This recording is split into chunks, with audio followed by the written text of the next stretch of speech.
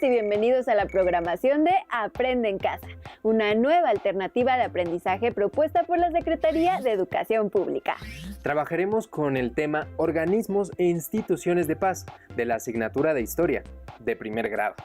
Recuerden tomar papel y lápiz para hacer anotaciones de ideas principales, preguntas y reflexiones que podrán integrar en su carpeta de experiencias y compartir con su familia. En este programa vamos a conocer los antecedentes de la Organización de las Naciones Unidas, la ONU, y de la institución que se encarga de juzgar los crímenes contra la humanidad, la Corte Penal Internacional.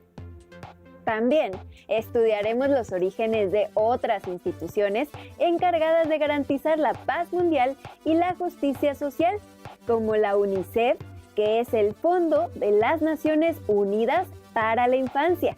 La FAO es la Organización de las Naciones Unidas para la Alimentación y la Agricultura. Y la ACNUR, que es la Oficina del Alto Comisionado de las Naciones Unidas para los Refugiados. Cuando acabó la Primera Guerra Mundial, surgió la Sociedad de Naciones para mantener el orden entre las potencias, evitar más guerras y fomentar la paz mundial. Sin embargo, en la década de los 30, esta organización desapareció, porque inició un nuevo periodo de conflictos. Al terminar la Segunda Guerra Mundial, diversas naciones se propusieron crear una organización que fuera capaz de llevar a cabo negociaciones diplomáticas para resolver distintos conflictos internacionales. Vamos a profundizar en este tema con el siguiente video. Al final, elaboren un cuadro sinóptico donde sinteticen y relacionen la información de las instituciones que les presentamos. Reflexionen sobre los principales problemas que enfrenta el mundo y las posibles acciones para solucionarlos. ¡Corre video! En este video revisaremos el tema Organismos de Paz, acciones humanitarias en el mundo, de la posguerra a la actualidad. El 8 de septiembre de 1951 se firmó el Tratado de Paz entre Japón y Estados Unidos, dando por terminada de forma oficial la Segunda Guerra Mundial. Sin embargo, esto no significó que terminaran los problemas y conflictos en el nuevo orden mundial. ¿Qué desafíos enfrentaron las naciones ante las consecuencias que dejó tras de sí uno de los conflictos más críticos de la Edad Moderna? Los organismos creados por la ONU, ¿qué repercusiones históricas han tenido en la defensa de los derechos humanos, la justicia y la paz? Al concluir la Segunda Guerra Mundial, el mundo ya no volvió a ser el mismo. Los países vencedores jugaron un papel fundamental en la nueva configuración del mundo, ejerciendo su influencia y poder económico y político en los diferentes aspectos de la vida global. En cuanto que los países vencidos transitaron por un largo y difícil proceso de reconstrucción. Otros, en cambio, iniciaron su camino para exigir su autonomía e independencia. La guerra había dejado un clima de devastación y rencor. Bajo este panorama se gestaron distintas medidas que contribuyeron a la recuperación de los países más afectados por la guerra, así como iniciativas para proteger a los sectores que quedaron más vulnerables. Estas condiciones llevaron a crear organismos de carácter internacional que tuvieran facultades legales, diplomáticas y políticas para intervenir en aquellos casos que así lo requirieran, de tal forma que se facilitara la reconstrucción.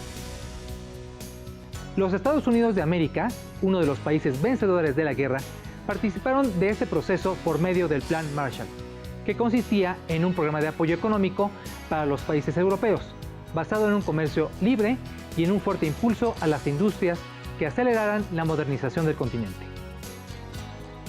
Sin embargo, esta intención no solo era solidaria, sino que pretendía contener el avance del comunismo en Europa, representado por la Unión Soviética, y consolidar la influencia de los Estados Unidos en el continente y en el mundo. Además del Plan Marshall, la recién creada Organización de las Naciones Unidas fundó organismos alternos que atendieran aquellas severas problemáticas que la guerra dejó como consecuencia. Tenemos, por ejemplo, las grandes crisis alimentarias derivadas por la devastación de campos de cultivo.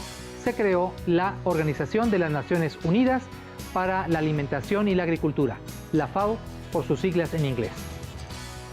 Los resultados cruentos de la guerra también dejaron miles de niños y niñas en el desamparo, sin acceso a la educación, o a servicios de salud, por lo que se creó en 1946 el Fondo de las Naciones Unidas para la Niñez, la UNICEF. También se creó la ACNUR, la Oficina del Alto Comisionado de las Naciones Unidas para los Refugiados, que se planteó el objetivo de proteger los derechos de la población que emigró de sus países de origen debido a la inseguridad que generó la guerra. Aunque de reciente creación, pero con antecedentes en los juicios a los líderes nazis y japoneses que incurrieron en acciones genocidas, se creó la Corte Penal Internacional, que tiene la facultad de investigar a quienes hayan cometido violaciones graves a los derechos humanos. ¿Cuáles son las principales problemáticas actuales que atienden los organismos de paz? A pesar de los esfuerzos por atenuar el impacto de estas problemáticas, aún prevalecen en la actualidad altos índices de pobreza, marginación y violencia, derivados de conflictos regionales y en los que los organismos de paz trabajan intensamente para contenerlos. Por ejemplo, la ACNUR reporta que los conflictos locales en Asia y África principalmente han contribuido a que minorías religiosas o raciales se vean en la necesidad de encontrar mejores condiciones de vida o refugio en otros países, debido a que son perseguidos por sus creencias religiosas o su origen racial. Como en el caso de los niños Rohingya en Bangladesh o las familias de Libia y Siria, en los que se reportan casos de detenciones ilegales, esclavitud, enfermedades, torturas y tráfico de personas. La UNICEF, por su parte, continúa emprendiendo acciones para apoyar a los niños y niñas víctimas de las guerras en Yemen, brindándoles apoyo psicosocial a través de los espacios Amigos para la Infancia, de campañas sanitarias para evitar el avance del cólera y de programas contra la desnutrición. Al mismo tiempo, la FAO emprende diferentes programas de apoyo a agricultores o poblaciones marginadas, a pequeños productores, gente dedicada a la pesca, habitantes de los bosques y consumidores. Todas las historias incluyen datos y cifras pertinentes que, debido a las condiciones climáticas, los conflictos bélicos, delincuencia organizada o competencias desleales, no pueden generar alimentos de calidad y en cantidad suficiente para su subsistencia. Como hemos visto, los grandes problemas globales tienen antecedentes históricos cuyo impacto sigue vigente. Sin embargo, también hemos visto las contribuciones de los organismos de paz para transformar constructivamente la realidad y el entorno de quienes se han visto vulnerados en sus derechos. Es probable que muchos de nosotros no participemos directamente en un organismo de paz, pero sí somos agentes que podemos construir espacios de respeto y dignidad. En otras palabras, ¿cómo contribuimos a la construcción de espacios y condiciones que garanticen el respeto de los derechos humanos, la justicia y la paz? Al término de la Segunda Guerra Mundial, las naciones vencedoras buscaron enjuiciar a personas que consideraban habían cometido una serie de crímenes atroces contra la humanidad antes y durante el conflicto bélico. Se enfocaron en los antiguos líderes políticos y jefes militares de las naciones derrotadas, principalmente de Alemania. Así que se creó un tribunal militar internacional para sancionar los crímenes de guerra.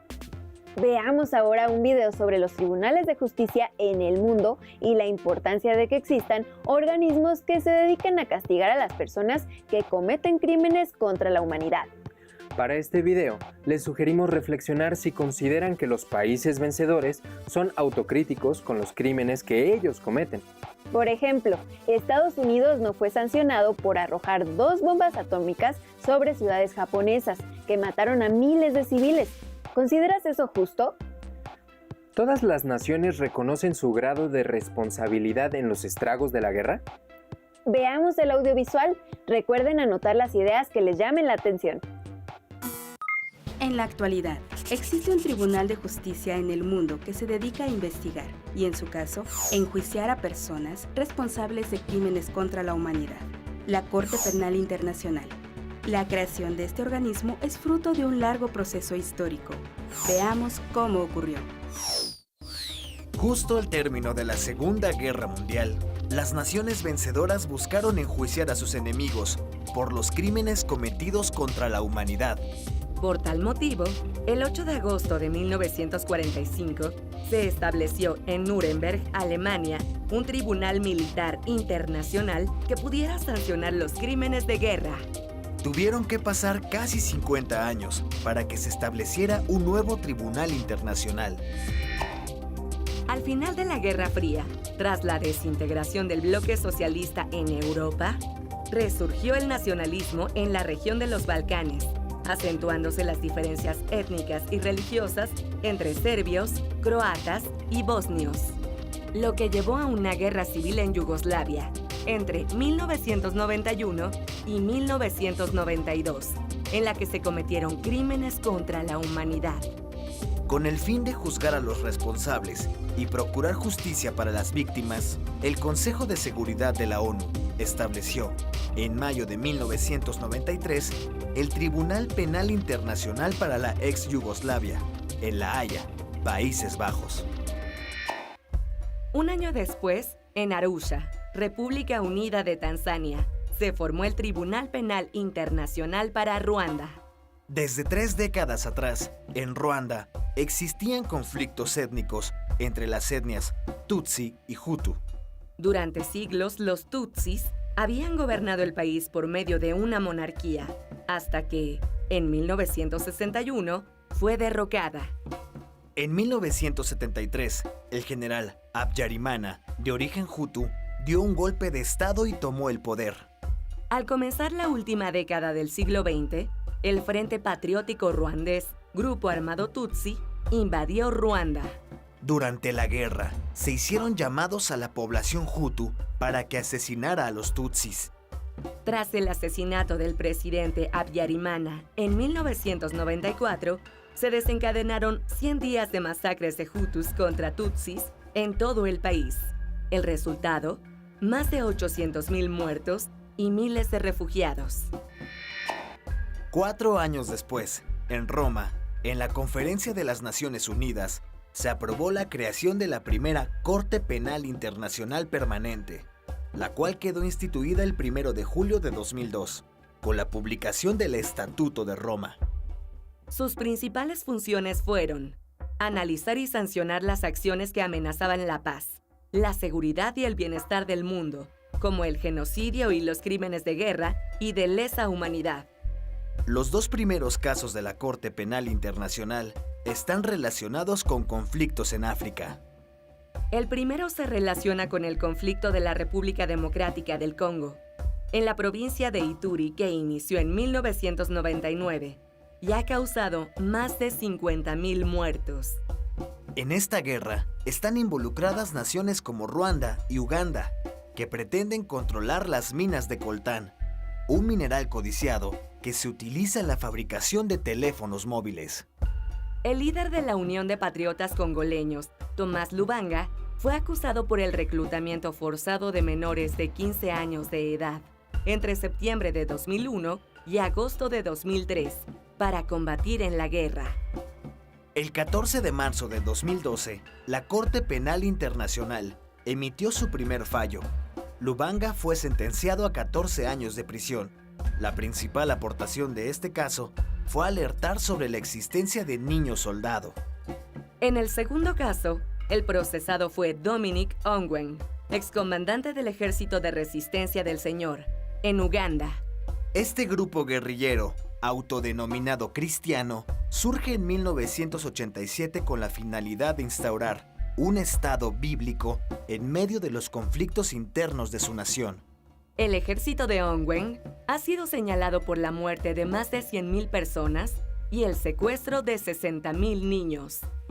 La fiscalía acusó a Ongwen de 70 cargos de crímenes de guerra y de lesa humanidad, incluyendo el reclutamiento de niños soldado, asesinatos y esclavitud. El juicio comenzó el 6 de diciembre de 2016 y aún está en la etapa de presentación de pruebas. En conclusión, la creación de la Corte Penal Internacional es el resultado de un proceso histórico que busca justicia para crímenes graves contra la humanidad y de trascendencia internacional. Como vimos en el clip, hay múltiples problemas a nivel mundial y nos toca a todas y a todos involucrarnos y hacerles frente. La responsabilidad no recae únicamente en los organismos internacionales. Todas las personas debemos participar. Ya vimos lo que se ha hecho a nivel mundial, pero ¿qué hacer a nivel micro? Es decir, ¿cómo atender problemas similares en nuestra comunidad? Para que exista un ambiente solidario, hay que crear una cultura de paz y así podemos buscar el bien de todas y todos, pues somos iguales. Vamos al último video, que nos habla de la creación de una cultura de paz. Al finalizar, comenten con su familia qué cambios debemos hacer en nuestra forma de pensar a nivel local y mundial para fomentar una cultura de paz y respeto.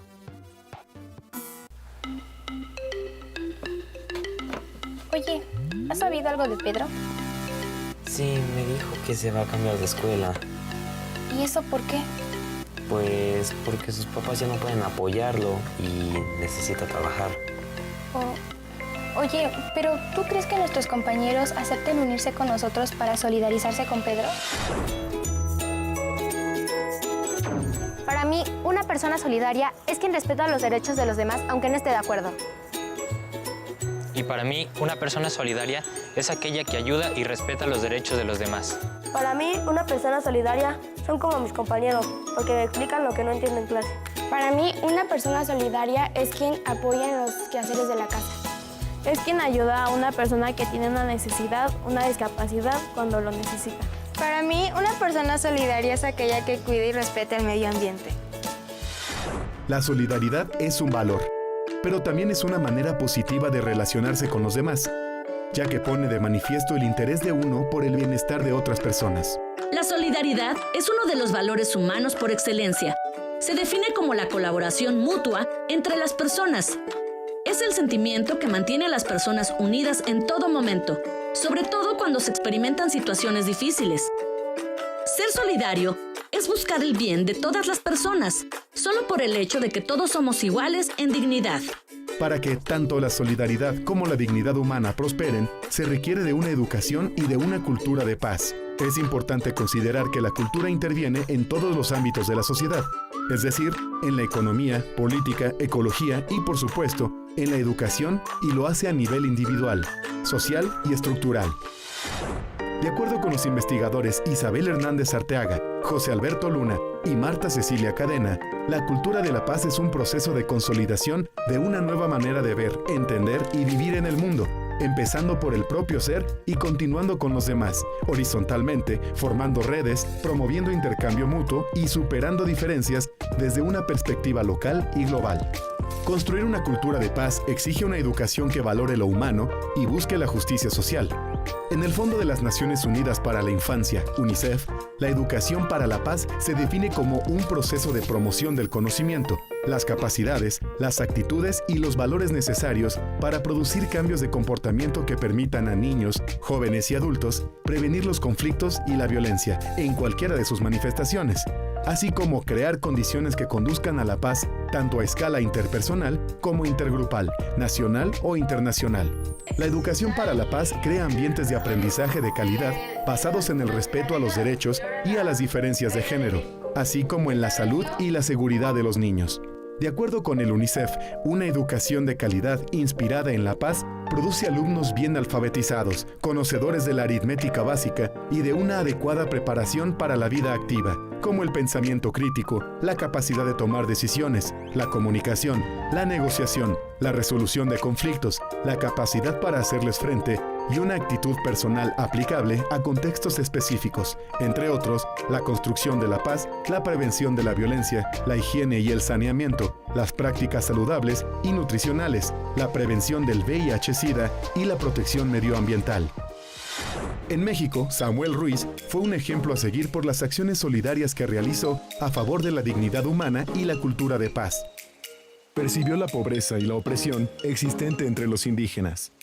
Su historia ya era ampliamente conocida a nivel mundial cuando en la década de los 90 actuó como uno de los intermediarios entre el Ejército Zapatista de Liberación Nacional, EZLN, y el gobierno federal a raíz del conflicto armado en Chiapas.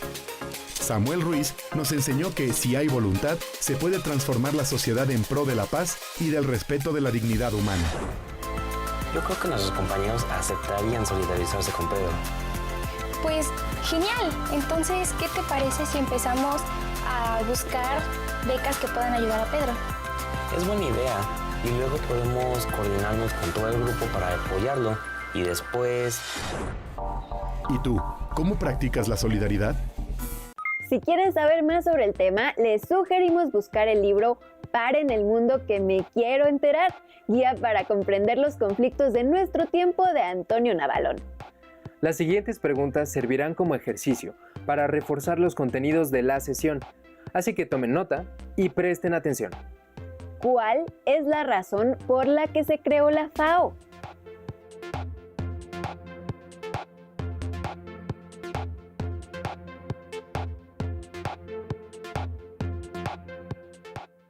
¿Qué objetivo tiene la creación de la UNICEF?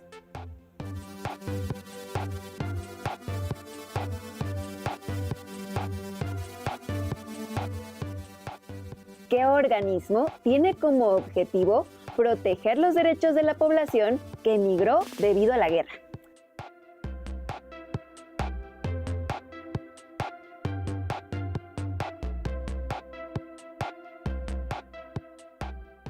¿Qué facultades tiene la Corte Penal Internacional?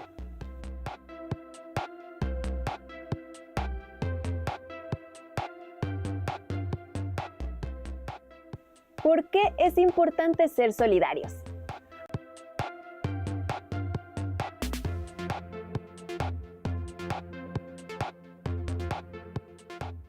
Anoten sus respuestas en una hoja y guárdenlas en su carpeta de experiencias, junto con el cuadro sinóptico, para que en cuanto sea posible entreguen a su docente.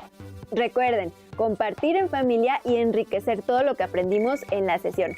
Es una buena forma de trabajar en equipo y conocer más. Nos vemos en la siguiente emisión de Aprende en Casa. ¡Hasta pronto!